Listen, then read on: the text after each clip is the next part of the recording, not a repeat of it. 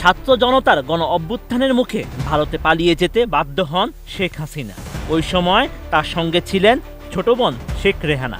গত 5 আগস্ট সন্ধ্যায় তাদের নিয়ে ভারতের গাজিয়াবাদের হিন্ডন এয়ারবেসে অবতরণ করে একটি ফ্লাইট। শেখ হাসিনাকে বহনকারী বিমান বাহিনীর উড়োজাহাজটি ঢাকা ছাড়ার সময় একটি প্রশিক্ষণ ফ্লাইট হিসেবে উড্ডয়ন করে। সেই সময় ওই উড়োজাহাজের ফ্লাইট পথের অবস্থান অন্যদের না জানাতে তখন ট্রান্সপন্ডার বন্ধ করে দেয়।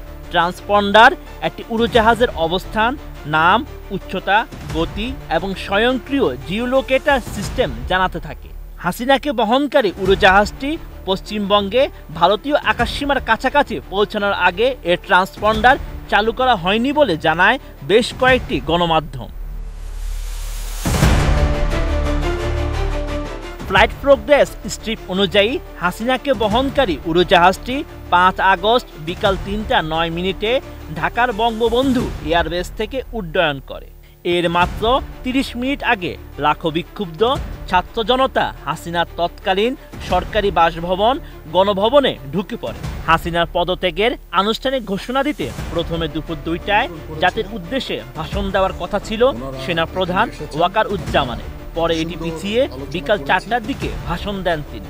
সেখানে আমরা সিদ্ধান্ত নিয়েছি যে একটা ইন্টারিম গভর্নমেন্ট আমরা ফর্ম করব। আগস্টের শেষ সপ্তাহে নিউ ইয়র্ক ভিত্তিক nagorik.tv.com-কে সাক্ষাৎকার দেন সেনাপ্রধান।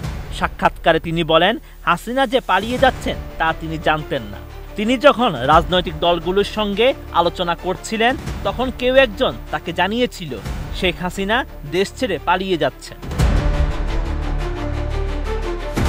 ঢাকা বিমানবন্দরে স্ক্রিন গ্রেভ অনুসারে হাসিনাকে বহনকারী উড়োজাহাজটি ঢাকা কলকাতা রুটের ওয়েপয়েন্ট BEMA-কে পৌঁছানোর পর ট্রান্সপন্ডার ও স্বয়ংক্রিয় জিওলোকেটর সিস্টেম চালু করে।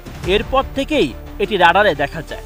উড়োজাহাজটি প্রথমে কলকাতার দিকে যাত্রা করে, পরবর্তীতে সেটি ভারতের রাজধানী থেকে 30 কিলোমিটার দূরে গাজিয়াবাদের হিন্ডন বিমান ঘাটির দিকে যায়। ডিজাইন, এলিগেন্স, বিউটি, সেরা পণ্য সবার জন্য জেভিকো। এভিয়েশন বিশেষজ্ঞরা বলছেন উড়োজাহাজটি সরাসরি দিল্লি না গিয়ে প্রথমে কলকাতার দিকে যাত্রা করার কারণ হচ্ছে এটি বাংলাদেশের আকাশসীমায় যতটা সম্ভব কম সময় থাকতে চেয়েছিল। ঢাকা থেকে দিল্লি যেতে উড়োজাহাজগুলো রাজশাহীর উপর দিয়ে উড়ে যায় এবং এই রুটে ঢাকা থেকে কলকাতা রুটের চেয়ে বাংলাদেশের আকাশসীমায় কয়েক মিনিট বেশি থাকতে হয়। হাসিনাকে বহনকারী উড়োজাহাজটি যখন উড্ডয়ন করে তখন এটিসি টাওয়ারে ছিলেন বাংলাদেশ বেসামরিক বিমান চলাচল কর্তৃপক্ষের সদস্য এয়ার কমোডর AFM আতিকুজ্জামান। তিনি উড়োজাহাজটি উঠতে দেখেছেন। তিনি বলেন তার কোনো ধারণাই ছিল না যে ওই ফ্লাইটে কারা আছে। তিনি ওই সময় টাওয়ারের স্বাভাবিক দায়িত্ব পালন করছিলেন। তখন বিমান বাহিনীর একটি প্রশিক্ষণ ফ্লাইট উড্ডয়ন করছে, সেটাই জানতাম।